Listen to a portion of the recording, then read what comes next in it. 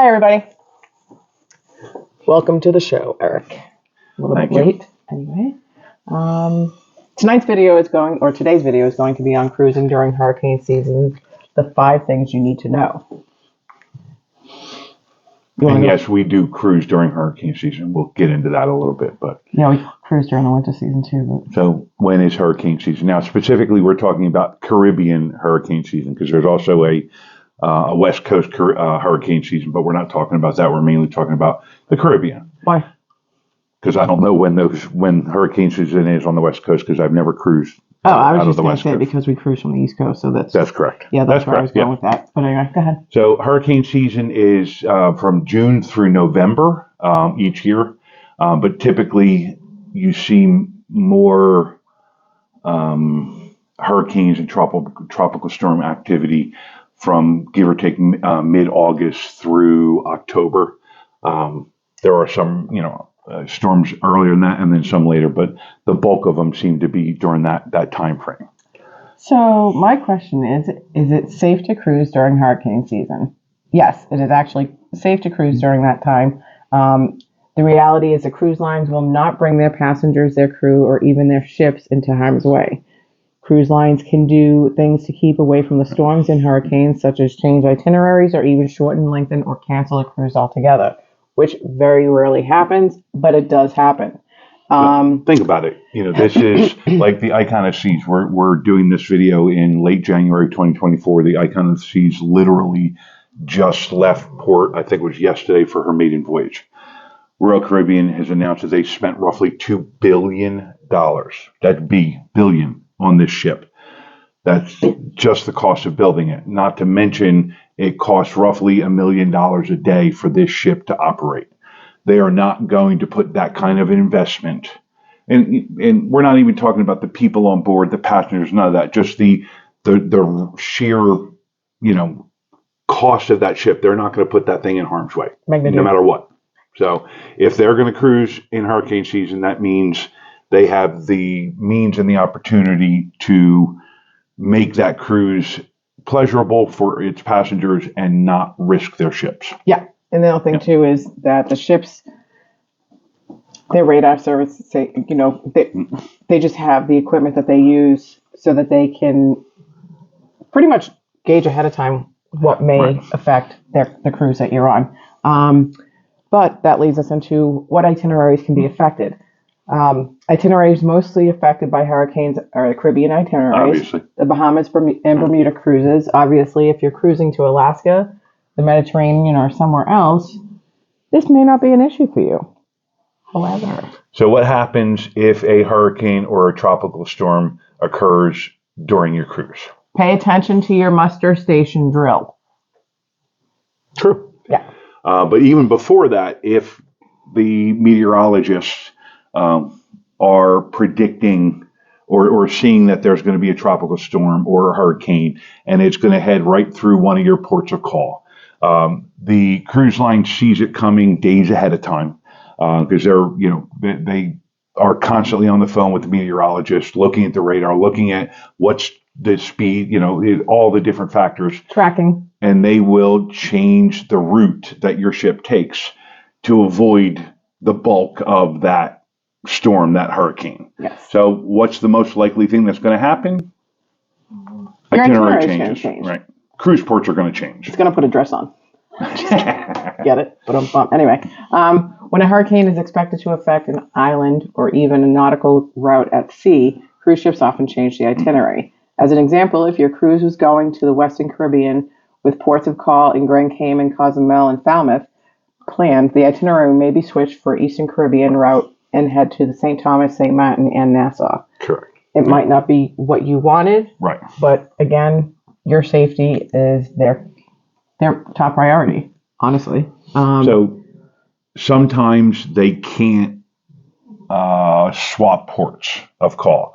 So they can't swap, Jamaica for St. Thomas because of distance or time, or, there's already too many ships scheduled in St. Thomas or whatever. So they might switch up where you go, what days you go there, And honestly, there are times where they just skip a port completely and they schedule you an extra sea day. Now, that doesn't bother me because I love sea days, but cruise ships will not will not be knowingly taken into the path of a hurricane. They monitor these things, I mean, down to the second, so they know exactly where and when and how and who and what and whatnot. So Yeah. another type of itinerary change is possible, and that is The length of the cruise. yes. It could be from 500 meters to 1,000 meters. I'm just kidding. No, not anyway. length of the ship. I'm just kidding. But the length of the cruise. So sometimes the cruise ship will be shortened or lengthened to avoid a hurricane. Right. When might this happen? An example, if a cruise is leaving out of Florida, excuse me, and a hurricane is in forecast, your scheduled embarkation day can be affected. Of course, things like this can happen when leaving from other ports as well. Now, sometimes. I wasn't done. But go ahead. So recently, a couple of months ago, there was a Carnival ship that was due to arrive back into the port of Tampa. I don't remember what day of the week it was, but literally the night before she was supposed to arrive, I don't remember if it was a hurricane or just not just, but a hurricane or a tropical storm that basically came right through Tampa the night before she was supposed to return to port and disembark her passengers. Well, because the storm came right through the port, the Coast Guard had the port shut down for give or take 48 hours so that they could inspect the port, the retaining wall, like they inspect the port and make sure that it didn't receive a damage and that it wouldn't get worse if a ship came No in. structural damage. Thank you. Yeah. So the passengers on this cruise ended up having an extra sea day because they couldn't get back to their port. So sometimes that'll happen. It's rare, but sometimes. Yes. And cruise lines will sometimes make a decision to make a cruise shorter or even longer by adding days to avoid bringing a cruise ship into a storm. A ship can even stay out at sea for extra days. What? So how to prepare if you're cruising during hurricane season. Make sure you have your cell phone so you can call your boss. What? If you're going to plan that cruise during those months of the year, number one thing is, like Cheryl just said, and I talked over her, be flexible. So understand that ports might change, length might change, sea days might change. Honestly, a lot of things are going to change. Yes. What's next? What's the next most important thing? Shocker. Cruise travel insurance, basically. Any time of year, cruise travel insurance is important. The fact is unpredictable that things can happen. However, check the policy to make sure that you're covered if you can't get to your cruise due to a hurricane or any other type of storm in the Northeast. Dealing in the winter months, I'm going to digress for a second. You also have the chance of snow. In the Caribbean? In the Northeast, because you can't get to your port. Yeah. Okay. Focus. But that's not hurricane related. No, it's not. Okay. But you could have thunderstorms. Thunder, hail, thunder, snow. Anyway, keep an eye out for upcoming weather events. Forecast. And forecasts. Yes, that too. Yeah. Don't go run into the store and buying your bread and eggs and milk and stuff like that. Just wait. Hang on. Because it's going to happen. Like that Oh, meme. my goodness. Part of the reason to keep an eye on the weather is you might end up needing different types of clothing, depending upon, because, very few people actually take rain gear with them on a Caribbean cruise. Well, if they're predicting, tropical storm, I don't know, Ophelia, you might want to throw some rain gear in your suitcase. There's an old one, by the way. And also keep your eyes open for communication from the cruise lines, because here's an example. There was a cruise last year or 2 years ago that was scheduled to go to Bermuda. Well, because Bermuda was in the process of getting hammered by a tropical storm, the cruise line decided to go to Canada and New England instead.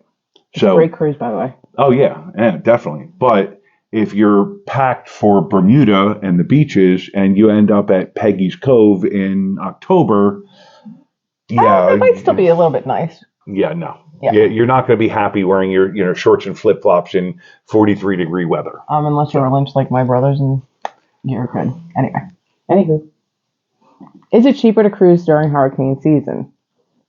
You may have noticed that cruises are generally much cheaper during hurricane season. Typically, the Caribbean and the Bahamas and Bermuda cruises will be less expensive from September to November.